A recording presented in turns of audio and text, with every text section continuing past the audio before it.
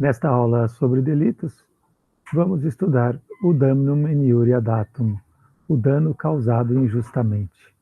Um delito que se fixou por volta do terceiro século antes de Cristo e que depois acabou se generalizando e se transformando num delito que está presente praticamente em todos os códigos civis do mundo. É um dos artigos mais importantes de qualquer código civil. É aquele artigo que diz, como o nosso artigo 186 do nosso Código Civil, que diz assim: aquele que, por ação ou omissão, negligência ou imprudência, violar um direito alheio e causar dano a outrem, comete ato ilícito. Esse artigo também é complementado pelo artigo 927, que diz que aquele que, por ato ilícito, causar um dano a outrem, fica obrigado a reparar aquele dano, fica obrigado a reparar o dano. Enfim, todos os códigos civis têm um artigo semelhante, um ou dois artigos semelhantes, que em geral diz mais ou menos o seguinte: aquele que causar um dano a outrem por culpa, por ação ou omissão, é obrigado a reparar, é obrigado a indenizar, é obrigado a ressarcir. Esse artigo acaba sendo utilizado em muitos processos judiciais. Uma boa parte dos processos judiciais hoje são de ação de reparação de dano, ou ações isoladas de reparação de dano, ou ações outras cumuladas com reparação de dano. Porque quem pratica um delito, um ato ilícito qualquer no direito civil e causa um dano ao outro, tem que reparar. Esse princípio geral da reparação civil, também chamado da responsabilidade extracontratual, porque você não ficou responsável porque descumpriu um contrato, mas você ficou responsável porque praticou um ato ilícito. Este artigo, essa noção, que está presente em todo o direito civil moderno, também nasceu lá em Roma. Também os romanos criaram esse delito geral, que se aplica a uma infinidade de situações de ato ilícito com a respectiva obrigação de reparar o dano. Mas não nasceu da noite para o dia. Aqui aconteceu aquele mesmo fenômeno que aconteceu com a injúria, que nós vimos na aula passada. Lembram-se que na injúria, vamos aqui projetar, lembre-se que na injúria, nas 12 tábuas, havia 4 tipos de injúrias específicas. Depois elas vão se uniformizando, se reduzem a uma, e essa uma se generaliza para abarcar todos os casos de dano físico ao corpo de alguém, um dano, uma ofensa à integridade física de alguém, ou uma ofensa à moral, à pessoa de alguém. Essa injúria ficou um delito geral que se até hoje, e em Roma, se aplicava a muitas situações. A mesma coisa aconteceu com o delito de dano. Agora não é mais uma ofensa ao corpo ou à reputação, ou ao decoro, à moral de alguém, mas agora é um dano a um objeto de alguém. O dano a um objeto, a uma res, que pertence ou que está vinculada a alguém de alguma forma. Esse é o delito de dano material, que gera a responsabilidade civil extracontratual por este ilícito. Que ilícito? O ilícito de quebrar uma coisa do outro, de estragar uma coisa do outro, de perder alguma coisa do outro, de gerar um dano material a alguém. Vamos então estudá-lo. Vou aqui projetar para vocês uma tabelinha, que é a mesma da aula passada, e vamos dar continuidade a ela, apresentando uma janela, compartilhando tela. Vocês estão vendo aí aquela tela geral sobre os delitos privados.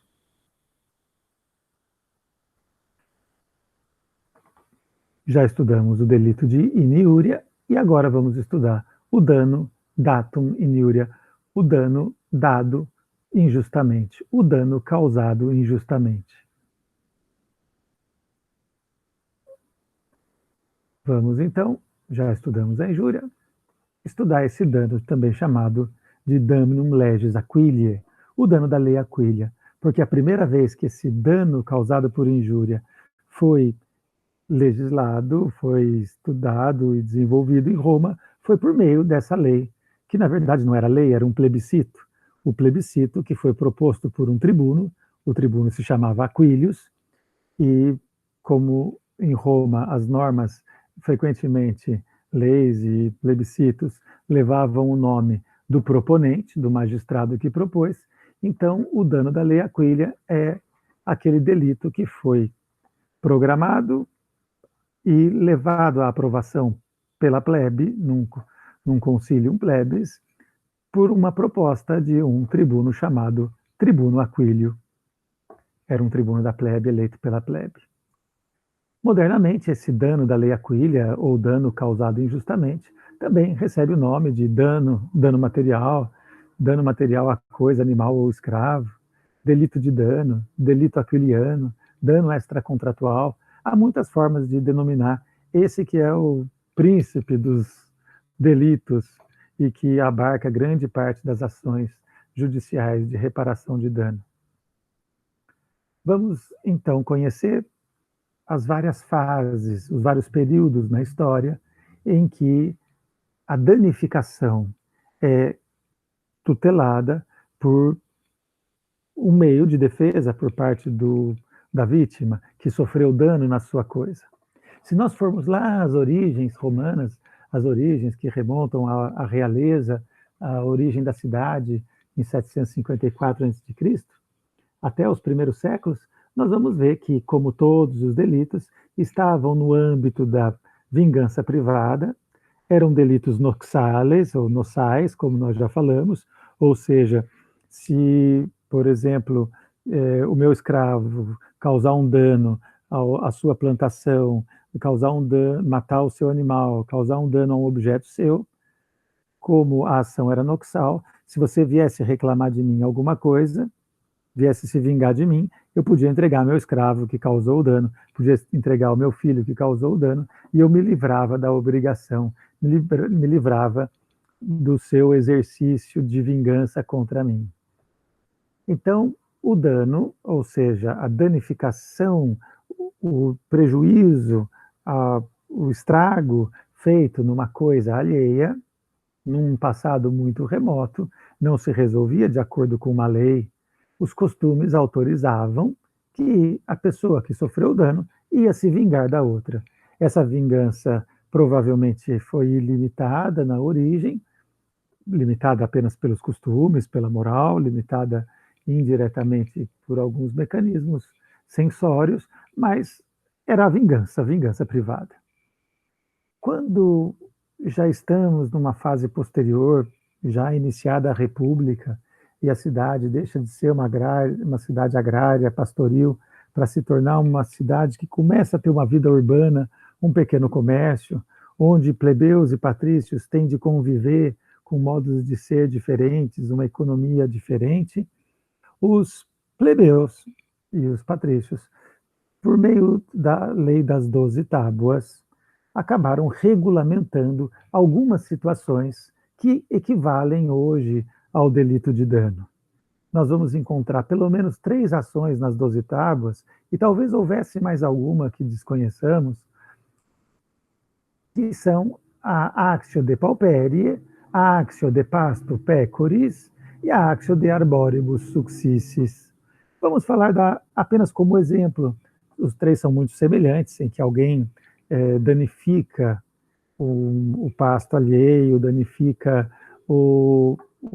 uma coisa alheia. O meu animal, por exemplo, entra no seu campo e destrói uma plantação, ou destrói uma ferramenta sua, ou uma sua casa. Ou seja, se houver se ocorrer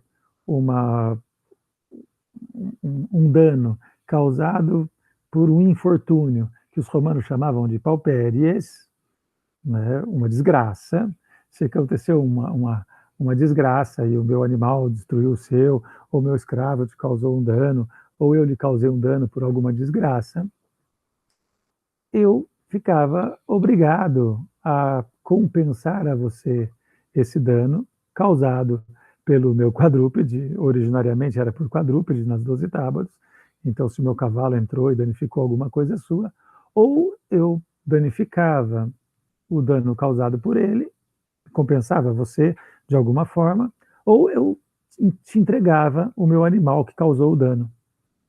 Era um tipo de nox ededitio, não de servo ou de escravo, mas do meu próprio animal, que eventualmente causou alguma desgraça. Então, nós sabemos que havia essas ações específicas de danos, né? Por exemplo, se eu estava cortando as minhas árvores, acabei cortando as suas árvores, eu ficava obrigado a te pagar uma determinada quantia pela lei das 12 tábuas. Mas eram ações bem específicas para danos bem específicos próprios daquela sociedade agrária que estava começando a se tornar uma economia mercantil. A grande mudança mesmo se dá lá no século III a.C., numa lei que já mencionei, não era lei, foi na verdade um plebiscito, mas os plebiscitos, com o passar do tempo, acabavam sendo conhecidos como lei, que foi conhecido na história, uma das leis mais famosas da história, até hoje no direito civil fazemos citação a ela, é a Lex Aquilia, a lei aquiliana, a lei de Aquílio, a Lex Aquilia. Esse plebiscito, na verdade, não era uma lei, era um plebiscito. Esse plebiscito aprovado pela plebe romana e depois estendido, não só para ser aplicado aos plebeus, mas também aos patrícios, esse plebiscito tinha 3 capítulos, tinha 3 grandes artigos, vamos chamar assim, porque capítulos nas leis antigas, caput, plural, capita, eram, na verdade, 3 artigos, 3 situações, 3 casos previstos nesta lei de dano. E vamos estudar cada uma delas.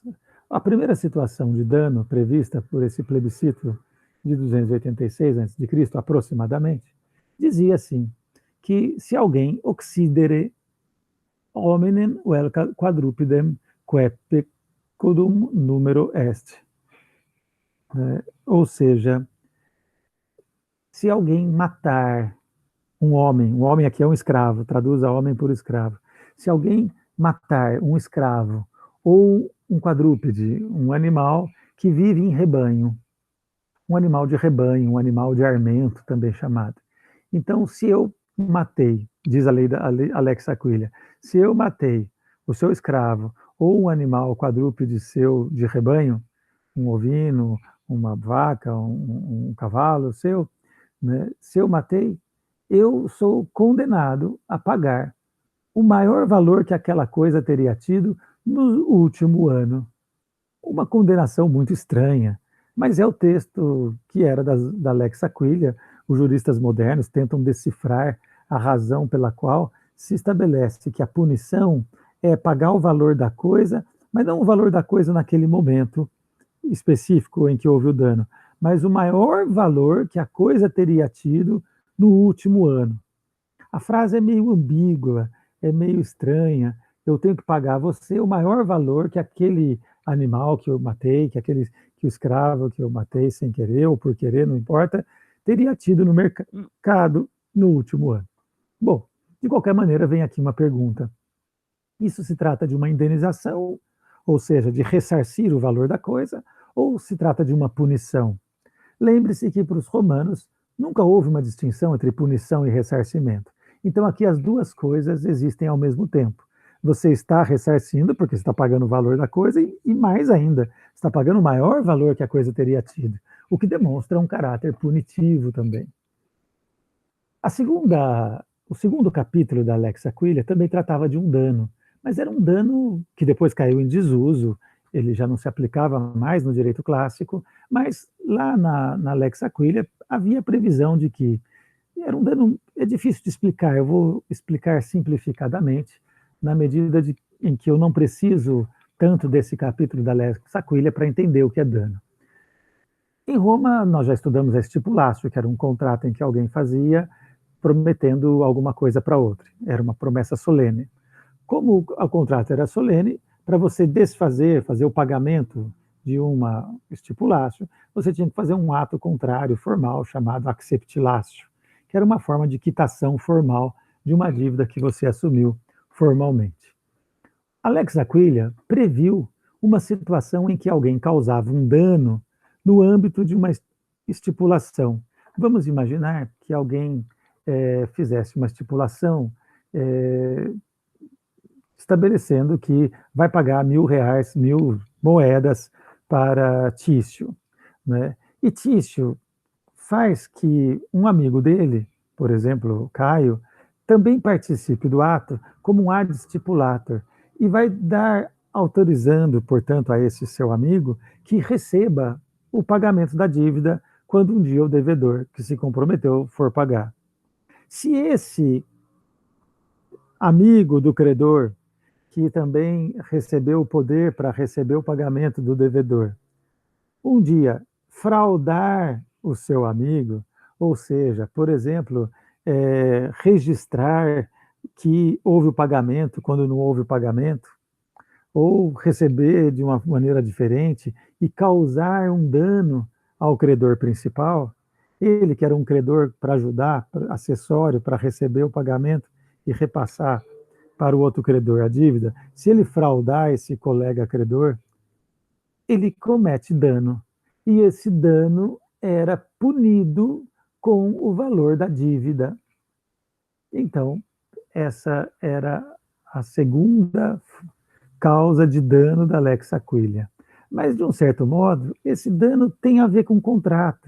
Então, ele acabou sendo absorvido mais tarde pelo contrato de mandato. E ficou para nós, mais para o direito clássico, mas o primeiro capítulo, se alguém matar um escravo ou um animal de rebanho do outro, tem que pagar o maior valor da coisa, ou ficou o terceiro e último capítulo, que é um pouco mais complexo, tem várias situações previstas nesse terceiro capítulo da Lex Aquilia, mas que lembra muito o primeiro capítulo, que também são de danos físicos a coisas, a objetos de alguém. O primeiro, então nós vamos ver 3 casos nesse terceiro capítulo da Lei Aquilia. A primeira situação é vulnerare hominem vel quadrupedem. Então, se alguém vulnerar significa ferir, machucar. Se alguém ferir um escravo ou um animal de rebanho de alguém, então, por exemplo, se eu atropelei o seu cavalo e ele ficou manco, atropelei seu escravo e ele ficou manco, eu vulnerei, eu feri. Quem ferir o animal, quem ferir o animal de rebanho, de grande porte, ou um escravo alheio, pratica esse delito de dano da terceira categoria, do terceiro capítulo. Também pratica, e vai ter a mesma punição, quem occidere vel vulnerare, quem matar, occidere, nós já vimos, é matar, né? Por isso que a gente fala que nós moramos no Ocidente, porque aqui no Ocidente o sol morre, né? O Ocidente é onde ele vai morrer, onde ele cai. Então, se alguém occidere ou vulnerare, se alguém matar ou vulnerar, se alguém matar ou ferir um outro quadrúpede. Que outro quadrúpede? Pode ser um quadrúpede doméstico, por exemplo, um cão, ou um animal ferox, ou um animal feroz, como um leão, um urso de alguém. Se alguém matar ou ferir um quadrúpede que não seja de rebanho, mas um cachorro, um gato, um leão ou um urso de alguém. Ou, terceira hipótese, se alguém urere, rumpere ou frangere, se alguém queimar, urere quer dizer queimar, o particípio passado é ustum, que deu a palavra combustão em português. Então, se alguém queimar, se alguém romper, ou se alguém quebrar, então, se alguém romper, destroçar, ou se alguém frangere, em latim é do verbo frango, frangis, frangere, que deu em português a palavra frágil, que é o que se quebra, né? Então, se alguém queimar, urere, como a urina queima, se alguém romper, e se alguém, ou se alguém quebrar uma coisa qualquer do outro, então, eu queimei o seu livro, eu despedacei a sua flor, ou quebrei em pedaços o seu vaso, eu serei condenado da mesma forma que se eu ferir um animal quadrúpede de rebanho ou escravo, ou se eu ferir ou matar um quadrúpede menor, como um cachorro, ou um feroz, como um leão e um urso. Nessas três situações do capítulo da Lex Aquilia, número 3, nessas três situações, eu sou obrigado a pagar, como pena, o maior valor da coisa que a coisa teve no último mês de mercado. Então, aqui, a punição tem como referência o valor do objeto, mas um valor um pouquinho maior, porque eu vou pegar o maior valor que ele teria tido no último mês. Eu não posso afirmar que essa punição de pagar o maior valor da coisa no último mês é uma punição menor do que pagar o maior valor da coisa no último ano. Por quê? Porque lá na primeira hipótese da Lex Aquilia, era apenas se eu matasse um escravo ou um animal do seu rebanho. Se eu matei, você ficou completamente sem o animal e eu paguei o maior valor do animal do último ano. Aqui, no capítulo 3 da Lex Aquilia, é o caso de eu ferir um escravo ou um animal de rebanho. Portanto, você vai continuar sendo dono do animal de rebanho, vai continuar sendo dono do escravo, mas pelo fato de eu ter ferido, eu vou pagar o valor inteiro do escravo no maior valor que ele teria tido no último mês. Então, às vezes, pode ser que a punição do capítulo 3 proporcionalmente seja maior que a do primeiro. Mas não temos que nos preocupar com isso. Aqui estamos numa época muito remota, em que até desconhecemos as razões pelas quais a plebe precisou exigir isso dos patrícios ou exigir a configuração desses delitos. Provavelmente isso aconteceu porque no regime das 12 tábuas os delitos deviam ser punidos e deviam ser de punições muito mais severas do que essas da Lex Aquilia, que são mais proporcionais, que são próximas mais de uma indenização do que uma punição. Então, aqui nós temos um retrato do delito de dano previsto na Lex Aquilia. Quais eram os requisitos para que eu tivesse que pagar por esse dano causado? Que eu tivesse que pagar esse valor, do maior valor do mercado que o objeto teria tido no último mês ou no último ano? A própria expressão já diz um pouco tudo. Damno in iuria datum. O critério da Lex Aquilia, que era um período da história em que ainda não se ficava analisando o lado subjetivo da culpa, do dolo, se houve intenção, se não houve intenção. Aqui era um delito de uma objetividade muito clara. Se alguém causou um dano, mas esse dano tem que ser um dano corpore corpore ilatum, corpore corpore datum. O que quer dizer isso? É um dano que foi causado por um ato muscular, foi causado por uma relação direta entre o meu corpo, o corpo do infrator, com o objeto que se danificou. Então, uma coisa foi encostada na outra. Então, eu empurrei o seu escravo, ele caiu e se machucou. Eu empurrei a sua vaca, ou atropelei sua vaca e ela morreu. É preciso que exista uma relação direta de um corpo a outro corpo, né? Ou, claro, que também pode ser por um instrumento. Então, se eu peguei a lança e feri o seu animal, né? Também foi corpore corpore, porque foi uma ligação direta entre a minha ação corporal com esse objeto que feriu o seu animal. Então, é preciso que o dano. Então, primeiro que exista um prejuízo, que exista um dano, um prejuízo, de um corpo a outro corpo. Inúria, esse era o elemento que se exigia, injustamente. Então, foi um ato que eu pratiquei que não estava previsto como lícito, mas era um ato que feria o direito. Então, o que quer dizer isso? Quer dizer que se eu causei um dano, eu atropelei lá o seu cachorro, eu joguei uma lança e feri o seu animal, o seu escravo, né? Eu respondo por isso. Todavia, eu não respondo se ele não foi causado injustamente. Se ele foi causado justamente. E como poderia ter sido justamente? Por exemplo, se eu sou um soldado e estou num campo, quem diz isso são as institutas de Gaia, estou lá num campo jogando dardos, num campo de exercício militar, e de repente seu animal atravessa esse campo e é ferido pela minha lança. Eu vou ser obrigado a lhe pagar? Não, porque o meu ato, jogar lanças num campo de exercício militar, né, não foi praticado contra o direito, estava no exercício legítimo do meu direito. Né? Então, se você estiver em estado de necessidade ou estiver exercendo o seu próprio direito, você não causa um dano por injúria. O dano por injúria é só danos causados, né, injustificadamente. Então, aqui fica claro que é um dano com um nexo causal, uma relação causal física imediata e injusta, porque você não estava exercendo um direito quando causou aquele dano físico ao objeto ou ao escravo de alguém.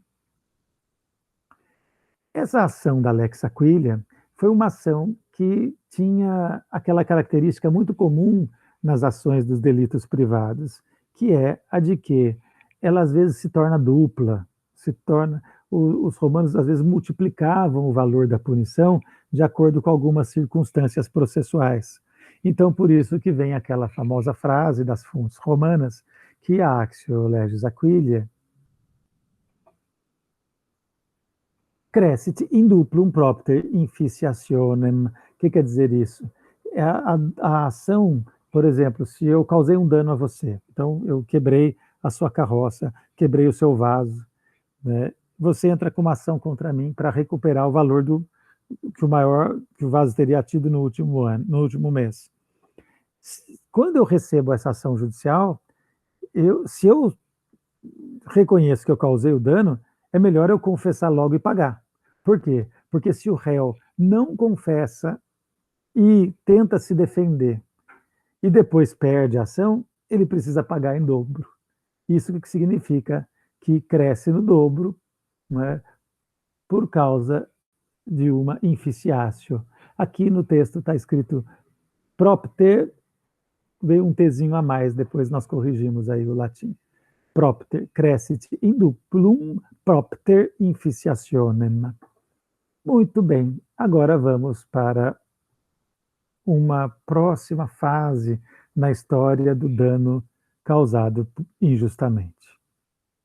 Essa Lex Aquilia, que era específica para 3 situações, uma delas desmembrada em mais 3, só para aqueles casos que havia dano, que havia reparação de dano. Só se eu queimei, rompi ou quebrei. Só se eu matei ou feri determinados animais. Fora disso, se fosse outro tipo de dano, não se calculava. E tinha que ser um dano físico feito diretamente. E tinha que ser um dano por ação.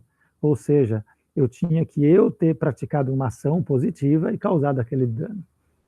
Com o passar dos anos, na verdade, com o passar dos séculos, a partir do século II a.C., e principalmente no final da República, no primeiro século a.C., tanto os pretores vão criar no seu edito algumas ações úteis, ou seja, fictícias, que usam a velha Lex Aquilia para abranger situações novas, casos novos, como também os juristas interpretam cada vez mais os fatos para que se introduzam novas espécies de delitos de dano que devam ser reparados.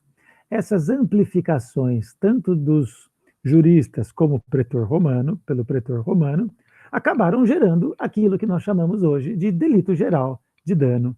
Ou seja, no fundo, hoje, qualquer ação ou omissão, como já no direito clássico romano, qualquer ação ou omissão praticada por alguém, mas desde que ele tenha culpa, desde que ele tenha ou dolo, ou culpa lata, ou culpa leve, ou até uma culpa levíssima, mas ele tem que ter tido alguma negligência.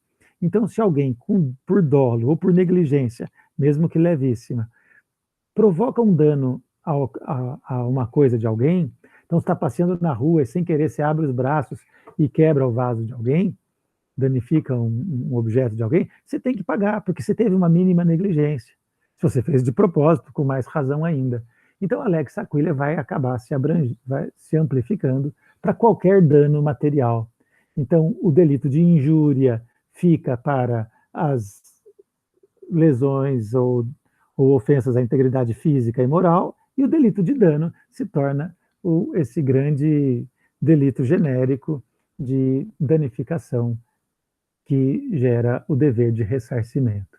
Vamos ver como se dá essa amplificação. Alguns exemplos dessa amplificação, daquelas 3 situações específicas da Lex Aquilia, a partir daquelas 3, a partir da ação da Lei Aquilia, prevista por esse plebiscito, a Actio Legis Aquilia, a ação da Lei Aquilia, acaba se amplificando para as seguintes situações. Inicialmente, no tempo do plebiscito, só podia ser autor o proprietário.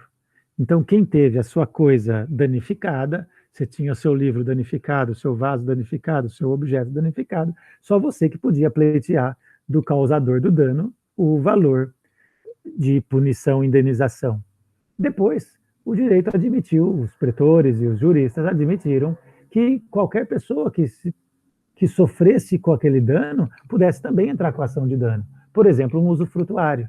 O usufrutuário não é dono da coisa, mas se alguém danificar a coisa de um usufrutuário, ele tem que ter o direito de reclamar também uma indenização, uma punição. Né? Então, os possuidores de boa-fé, que às vezes não são proprietários, mas por serem possuidores e terem a expectativa de continuar possuindo até que um dia se torne proprietário, por exemplo, e se ele for danificado, ele precisa também de um direito de indenização. Então, se estendeu a eles também. Outra forma de generalização do delito de dano se dá pelo fato de que, originariamente, todo delito de dano só podia ser pleiteado se tivesse sido praticado, cometido, ou seja, por uma negligência incomitendo uma negligência ativa, positiva. Mais tarde, admitiu-se, por extensão da Lex Aquilia, que também deveria ser réu e deveria pagar aquele autor do dano que tivesse praticado o dano não por ação, mas por omissão. E até hoje é assim. O nosso Código Civil anterior dizia aquele que por ação ou omissão, né, causar um dano alheio, fica obrigado a reparar o dano. Então, essa Lex Aquilia original, que era só para danos, para atos positivos, passa também a valer para danos causados por omissão. Por exemplo, é o caso que está lá nas fontes romanas também. Se você, vamos imaginar que você recolheu um animal da rua de alguém e deixou de alimentá-lo e ele morreu. Você gerou a morte daquele animal por inanição, por omissão. Deve responder por isso. Né? Deixar de ministrar um remédio ao paciente, né? O médico está causando, ou no caso, se for um escravo, ou deixar de dar um remédio para o animal e ele morrer, é uma omissão que pode ser punida pela Lex Aquilia. Igualmente, aquele dano que originariamente tinha que ser fisicamente ligado, um dano que alguns chamam de dano muscular, é preciso que tenha havido um movimento corpóreo seu que tenha causado, numa relação direta, o dano. Esse requisito originário de que o dano precisa ser causado diretamente de um corpo ao outro, depois foi amplificado e passou-se a admitir outro tipo de nexo de causalidade, mesmo que até, né, não tenha uma relação direta. Por exemplo, se pela Lex Aquilia, se o seu animal estivesse atravessando uma ponte, esse exemplo está nas fontes, e eu desse um susto no seu animal, e ele caísse e morresse, pela Lex Aquilia eu não respondia, porque eu não teve um dano corpore datum. Então, os juristas e os pretores amplificaram de modo que, se você mesmo que não tenha tido diretamente uma relação com física, com o objeto, mas a sua atitude tenha sido a causa do dano, você responde por isso. Igualmente, pode acontecer, por exemplo, de nem existir um dano à coisa específica, e mesmo assim você terá que pagar pelo dano. Por exemplo, se eu abrir a jaula e o seu cachorro fugir e for para o mato, ou se o animal selvagem voltar para a selva e ninguém mais vai conseguir encontrá-lo, né? Mesmo que esse animal não tenha morrido, mas ele está em lugar impossível de ser buscado, eu respondo pelo dano que você teve. Não houve a danificação da coisa, olha que interessante, não houve a danificação da coisa, não tem problema, mas a situação é um dano ao seu patrimônio. Então, a Lex Aquilia, que originariamente só abarcava situações em que a coisa foi realmente danificada, agora já está estendida para situações em que a coisa não foi danificada, mas houve uma diminuição do patrimônio do antigo possuidor ou proprietário da coisa, que, por exemplo, deixou-se fugir. E mais um fato curioso também, quer dizer, mais uma amplificação da Lex Aquilia. A Lex Aquilia era para cidadãos romanos, e já no final do século II a.C., depois, já encerradas as guerras púnicas, as guerras com os cartaginenses, e Roma ser o grande comerciante por todo o mar Mediterrâneo, é natural que Roma esteja em relação direta com os peregrinos, com os estrangeiros, que cada vez mais fazem comércio em Roma ou no Império Romano.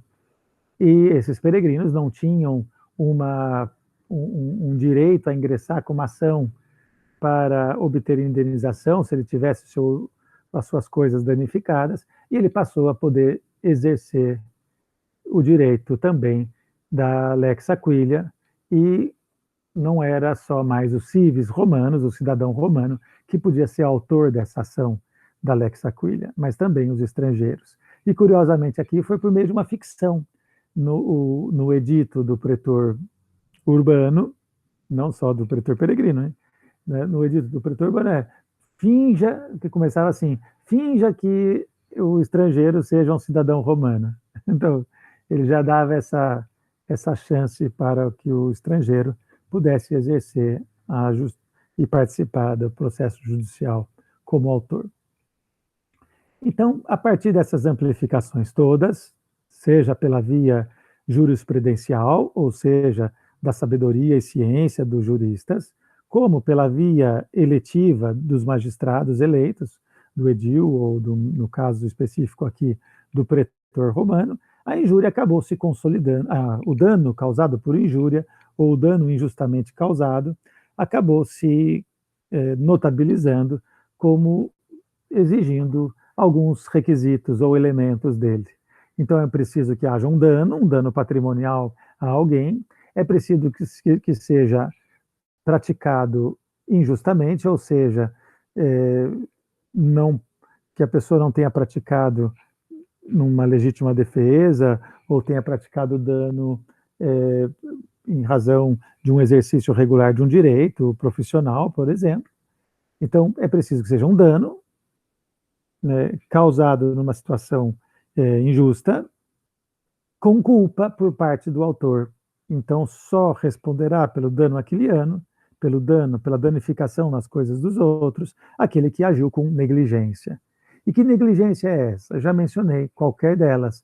Pode ser o dolo, que é severíssimo, grave, né, o delito de dolo, a intenção de prejudicar, fez de propósito, né, e também de negligências, em qualquer nível de negligência. E aqui, curiosamente, a negligência que pode o infrator ter, pode ter sido mínima, não foi caso fortuito. Quando é caso fortuito, a responsabilidade não é dele, foi um fato externo que gerou o dano. Mas se ele teve alguma participação, ainda que mínima, na realização do evento, uma negligência mínima que tenha gerado os efeitos de danificação, ele responde do mesmo jeito. E daí vem a famosíssima frase, que vale até hoje, em matéria de dano extracontratual. In lege aquilia et levissima culpa venit. É bom memorizar essa frase. In lege aquilia et levissima culpa venit. Na lei Aquilia, até mesmo a culpa mais leve importa para o caso concreto. Na lei Aquilia, até a levíssima culpa interessa, importa, venit, sobrevém. E assim concluímos com vocês a explicação do momento do final da República que faz surgir esse principal delito privado, que até hoje é o principal delito privado. Quando a jurisprudência começa a esclarecer melhor quais as consequências desse dano, já não se aplicam mais aquelas regras do maior valor do mercado, do último ano ou do último mês, que não tem muito sentido, pelo menos nós ainda não conseguimos modernamente identificar a lógica que está por trás daquela punição anterior. Agora, os critérios para punir, ressarcir o devedor, ou seja, o infrator que causou o dano, ficam bem mais claros e são os critérios que nós usamos até hoje, graças à sabedoria dos juristas romanos, que definiram então que a condenação do autor do dano deve ser de um modo que restaure o patrimônio do credor, daquele que sofreu o dano.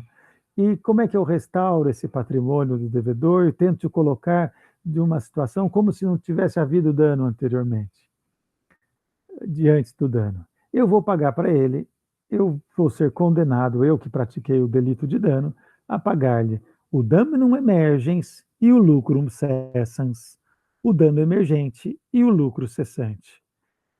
O que é o dano emergente? É o dano que emerge imediatamente daquele fato. Então, quanto custa para reparar aquela roda da carroça que eu quebrei? Quanto custa para reparar aquele vaso que eu danifiquei? Quanto custa para eu ressarcir e poder comprar outro daquele objeto que eu danifiquei? Pronto. Esse é o dano emergente. É o dano que nasce, emerge imediatamente com a ação ou omissão praticada pelo autor do dano. Mas, além disso, entenderam os juristas que deveria ser pago também o lucrum cessans, ou no plural, não, geralmente é no singular, o lucro cessantes. Em português a gente fala mais no plural, os lucros cessantes. Ou seja, o quanto que aquela pessoa, até que tenha a restauração, a reparação do dano emergente, o quanto que aquela pessoa deixou de ganhar porque houve o dano. Então, é aquela situação. Se eventualmente eu sou um agricultor e uso o meu arado diariamente e você danificou e eu fiquei 10 dias sem poder usar o arado, eu preciso ser pago do arado que você danificou e também do quanto eu deixei de ganhar, porque eu não pude, por exemplo, colher da minha horta as coisas que eu precisava com o instrumento que foi danificado para vender no mercado e acabei tendo perdi, deixei de ganhar algum dinheiro no mercado naquelas semanas em que eu não tive a restauração do valor do dano. Então, quando se causa um dano a alguém, por ação ou omissão, com dolo ou com culpa, ainda que levíssima, o infrator, o causador do dano, deve ressarcir, pagar ao outro o valor do dano causado e dos lucros cessantes. Com isso, encerramos o delito da lex aquilia, ou a responsabilidade civil extracontratual em geral. Como conclusão, dos 4 delitos privados, injúria, dano, furto e roubo, 2 se tornaram delitos civis genéricos modernamente, já no direito romano clássico e modernamente. Dano material à coisa e injúria, ofensa à integridade física e moral. E com isso encerraremos essa parte fundamental dos delitos. Peço que estudem o delito de furto e de roubo, que são delitos que depois, no final do Baixo Império, vão se tornar também crimes públicos, como também são hoje, mas que vale a pena fazer uma pequena análise, porque no direito clássico ainda eram delitos privados. Muito obrigado e avante nos estudos. Minha homenagem aos meus alunos da Faculdade de Direito do Largo de São Francisco e da Faculdade de Direito de São Bernardo do Campo, as duas faculdades públicas daqui do estado de São Paulo, que tem um curso de direito muito qualificado e dos melhores do país. Boa noite, ou bom dia, ou boa tarde, dependendo da hora que você vai me ouvir. Até logo.